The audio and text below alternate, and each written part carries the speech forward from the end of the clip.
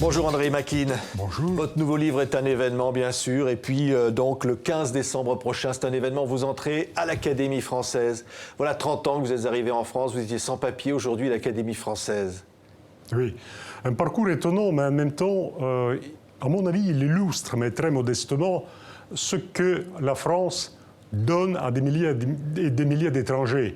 La possibilité de se réaliser, la possibilité d'assimiler cette culture, cette langue, et puis devenir pleinement français. Oui, oui, mais je le dis, c'est quand même incroyable. C'est en 1987, vous arrivez à Paris, vous êtes sans papier, vous dormez dans un caveau du Père-Lachaise, vous n'avez rien. Oui. Oui. Non, mais j'avais déjà beaucoup de choses quand même dans mon escarcelle et j'avais la France, et c'est l'essentiel, j'avais la culture française.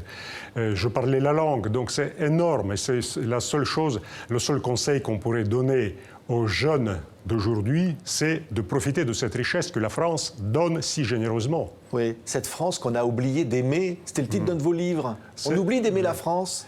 Je pense qu'on l'aime mal dans ce monde de plus en plus dangereux, de plus en plus violent, et on oublie que la France peut être aussi protectrice de la culture, protectrice des droits de l'homme, protectrice de la civilisation. Oui, mais protectrice parce que vous leur avez apporté beaucoup à ces Français.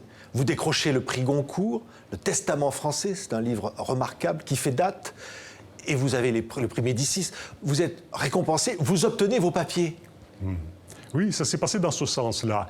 Voyez-vous, la littérature compte encore en France. Si un président de la République peut se dire, mais attendez, cet homme sans papier, mais qui a écrit de bons livres, qui a été primé, il doit obtenir la naturalisation. Vous voyez, si cette logique s'enclenche, ça prouve, à mon avis, encore cette vitalité littéraire, intellectuelle de la France. Oui, c'est votre grand-mère qui vous a appris à aimer Balzac, Maupassant. Ce sont des auteurs qui finalement vous ont nourri. Ce sont des auteurs qui m'ont formé. Catherine la grande Catherine, elle disait « Voltaire m'a mis au monde ». Oui, carrément, Voltaire, c'était son père, oui, elle reconnaissait cette filiation intellectuelle. Moi, j'aurais pu dire la même chose à propos de Balzac ou de Flaubert. Vous appreniez, vous lisiez avec gourmandise tout cela, alors que votre vie avait été très difficile. Vous avez grandi dans un orphelinat. C'était ça votre enfance, née en Sibérie? Oui, mais toutes les enfances sont à la fois très pauvres et très riches. On peut être comblé du point de vue financier, du point de vue économique, matériel, et on peut être très riche spirituellement. Heureusement, nous étions élevés dans un esprit un peu différent. Oui, nous pensions encore à la fraternité, nous pensions encore à des valeurs qui dépassaient le cadre matériel. Et donc c'est ça qui peut-être était notre richesse. Et puis finalement, maintenant, on connaît le collapse de ce système, mais il y avait encore le communisme, c'était encore un rêve, non pas dans son aspect idéologique ni politique.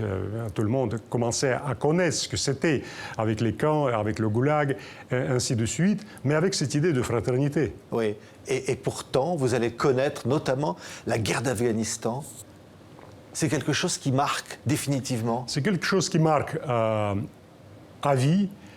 Mais voyez-vous, les Russes qui sont allés là-bas, ils considéraient les Afghans comme des frères. Et les Afghans d'aujourd'hui, ils ne considèrent pas les Russes comme des ennemis. Le sentiment qui leur restait malgré cette plaie énorme, et les Russes n'auraient jamais dû pénétrer dans ce pays, mais c'est quand même qu'il y avait quelque chose d'humain. Ce n'étaient pas des terminateurs blindés dans leur protection qui venaient, c'était des soldats simples, des soldats qui pensaient, mais bien sûr de façon parfaitement naïve, apporter la paix, apporter la prospérité, apporter la culture dans ce pays. L'archipel d'une autre vie. C'est donc votre nouveau livre publié au Seuil. Et alors on y retrouve un personnage qui évidemment va raconter une sorte d'épopée dans la taïga sibérienne que vous connaissez donc bien. Il va y avoir 5 soldats qui vont se retrouver à pourchasser un mystérieux évadé du goulag. Et ça va être une quête qui va les amener de surprise en surprise. Avant d'être la quête, c'est peut-être une enquête policière, enfin une aventure. Mais il y a aussi, vous le dites très bien, il y a une enquête, mais il y a aussi une quête spirituelle, une quête philosophique. Dans cette course à l'abîme, dans cette chasse à l'homme, les personnages, ces 5 soldats, découvrent une dimension qui leur était parfaitement inconnue. Que suis-je face à cet infini sibérien? Oui. Que suis-je face à Dieu, face à la possibilité de Face au croire... cosmos aussi, face une au dimension cosmos, spirituelle. Oui. Voilà, vous ne parlez même pas de la nature, il faudrait Oui. parler du cosmos, tellement c'est vaste. C'est une autre dimension, ce n'est pas seulement un contexte, vous voyez, pour une aventure, c'est plus que Oui. ça, c'est un être vivant, ce cosmos. Oui, mais en même temps, il y a les ordres, il y a la hiérarchie, il y a le système communiste qui est là et qui dicte sa loi. Oui, là, le but est très simple. Ils doivent capturer un évadé du goulag. Ils doivent ou bien donc l'arrêter ou bien l'assassiner. Et ils partent avec cette mission. Donc, au départ, le discours est très simple et très cohérent. Mais peu à peu, en voyant ce pauvre air, ce pauvre homme, enfin ce pauvre évadé, ils se disent, mais il est aussi faible que nous.